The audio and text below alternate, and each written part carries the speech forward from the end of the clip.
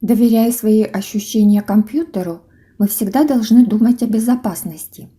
Безопасность состоит в том, чтобы защитить свои инструменты программы, свои данные, массивы собственной полезной информации, свои денежные средства, доступные по электронным линиям связи, и себя, свои личные идентификационные данные.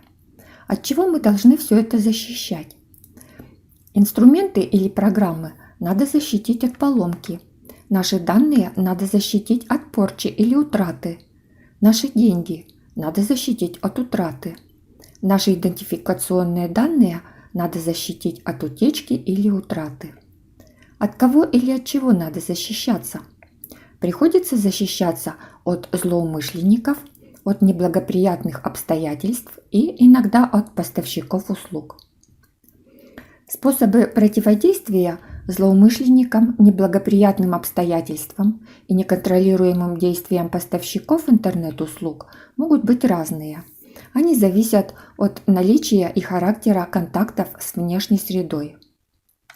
Отсутствие контактов предполагает, что мы работаем на компьютере, не присоединенном к сети интернет, не копируем информацию с неизвестных носителей. В этом случае нашим личным идентификационным данным ничто не угрожает. Чтобы восстановить данные и программы после утраты в результате воздействия неблагоприятных обстоятельств, нужно регулярно выполнять их архивное копирование. Чтобы не испортить обрабатываемые данные, надо завершать работу программ регламентированными способами по команде «Выход» или закрывая окно программы элементом управления «Умножить» в правом верхнем углу. Регулярно выполнять промежуточное сохранение формируемого файла документа или изображения по команде «Сохранить», работая в программах-редакторах. Не допускать принудительного прерывания выполняемой программы простым выключением компьютера. Отключение компьютера от электрической сети, в то время, когда он не используется, тоже способствует отсутствию проблем при его эксплуатации. Мы сохраняем длительный срок службы аккумуляторных батарей и выполняем общие правила электробезопасности. Теперь рассмотрим приемы обеспечения безопасности при наличии контактов, то есть при наличии обмена информацией с интернетом или с другими какими-нибудь магнитными носителями. При наличии такого обмена можно определить два способа взаимодействия – с использованием и без использования личных идентификационных данных. Без использования личных идентификационных данных. В этом случае пользователь никому ничего о себе не сообщает, просто гуляет по просторам интернета, просматривает или копирует на свое устройство какую-нибудь доступную информацию. Или считывает на свой компьютер информацию с магнитных носителей, таких как флеш-память, карты памяти, внешний диск и подобных, принадлежащих самым разным несертифицированным владельцам. В этом случае сохранить целостность данных и программ помогут специализированные программные средства и продуманные приемы работы. Рассмотрим специализированные программные средства. Программы, которые обеспечивают безопасность пользователя, можно объединить в две группы. Первая группа – антивирусные программы, и вторая группа – защищенные протоколы передачи данных. Сначала поговорим об антивирусных программах. Антивирусные программы противодействуют вирусам, вредоносным программам. К сожалению, есть такие люди, программисты, которые специализируются на составлении вредоносных программ. Программа «Вирус» встраивается в информацию, поступающую из интернета, и попадает на компьютер пользователя. Действия вредоносной программы могут быть самыми разнообразными. Она может изменить тексты программ, установленных на компьютере, таким образом, что программы перестают работать, или результаты их работы становятся непредсказуемыми, не совпадают с нашими ожиданиями. Эти вредоносные программы встраиваются в массивы данных, при этом данные теряют свою целостность и становятся ошибочными. Вредоносные программы могут найти на компьютере пользователя такую информацию, которая идентифицирует его в сети, и передать эту информацию на сайты мошенников, желающих воспользоваться этой личной информацией в своих интересах. Есть и другие формы вреда от вредоносных вирусных программ. Большие группы программистов и большие специализированные корпорации занимаются разработкой антивирусного программного обеспечения. Антивирусные программы умеют определять сайты в интернете, потенциальные источники вирусов, определять присутствие вируса на компьютере в поступающей из сети интернет-информации, умеют нейтрализовать эти вирусы, вылечить зараженные файлы или удалить их, умеют нейтрализовать вирусы-шпионы, умеют сообщать пользователю о процессе защиты. Для антивируса обязательно регулярное обновление. Поскольку вирусы совершенствуются и появляются все новые и новые, должны совершенствоваться и программы, которые борются с ними. Как правило, обновление происходит автоматически, по специальному расписанию, когда компьютер с антивирусом находится в сети интернет. Но также можно обновлять антивирус и вручную по команде пользователя. Антивирусные программы бывают платные и условно-бесплатные. Платные антивирусные программы, как и любые другие, можно купить в магазине, либо скачать в интернете после предварительной оплаты. Купленные в магазине антивирусные программы записаны на магнитный носитель, и установить программу можно дома с этого магнитного носителя. Часто работу по установке антивирусной программы выполняют работники магазина при подготовке компьютера к продаже.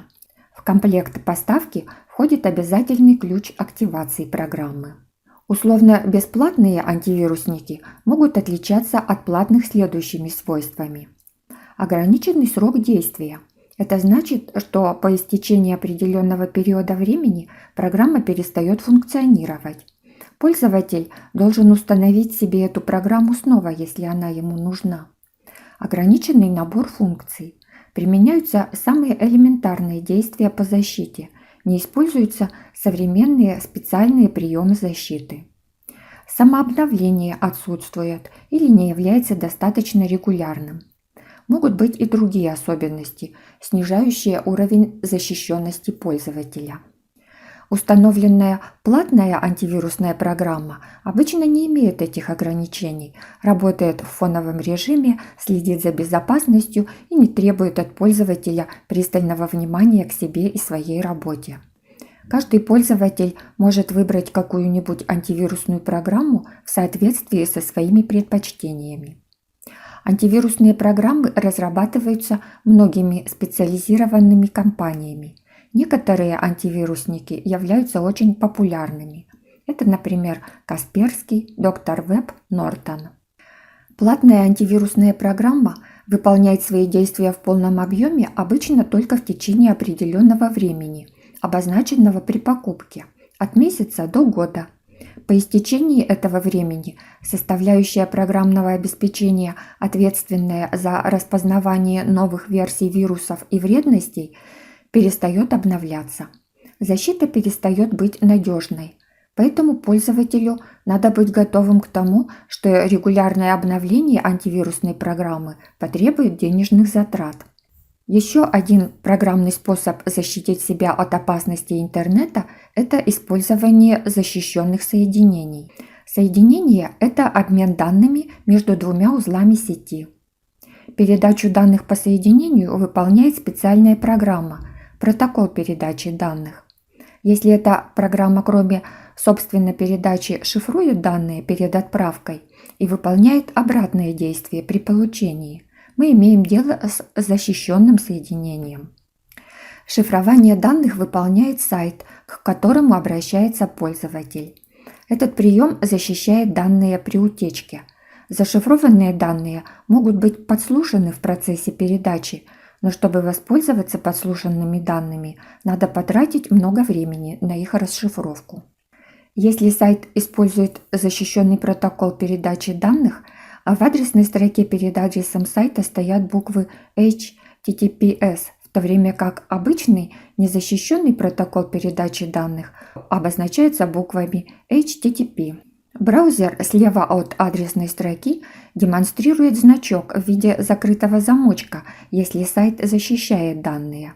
А если данные передаются незащищенными, то есть не шифруются во время передачи, на этом месте слева от адресной строки стоит значок треугольник красного цвета с восклицательным знаком внутри. Обычно те сайты, которые заботятся о сохранности данных своих клиентов, применяют защищенные протоколы передачи данных. Кроме применения специальных программ, для самозащиты можно использовать простые приемы работы, которые просто позволяют избегать опасных ситуаций. Например, если хранить свои особо ценные данные на дополнительном устройстве и отключать это устройство, когда с этой информацией не работаем. Или отключать интернет во время работы с важными данными. Или подключать интернет только тогда, когда он необходим. Эти простые приемы позволяют уменьшить время потенциального контакта наших ценных данных с интернетом, который является источником вреда, так как только из сети интернет к нам могут поступать нежелательные программы, которые могут наши данные испортить или украсть. Следующий прием состоит в том, чтобы предпочитать платные услуги или продукты, вместо того, чтобы пользоваться бесплатными. Платный продукт гарантирует определенный набор полезных свойств. Качество продукта можно обсуждать с продавцом. От продавца можно получить консультации по использованию. Платный продукт подразумевает безопасность его использования. Ничего этого не имеет бесплатный продукт, поэтому он потенциально опасен. В следующем фильме я расскажу о приемах обеспечения безопасности при наличии обмена информацией с интернетом с использованием личных идентификационных данных.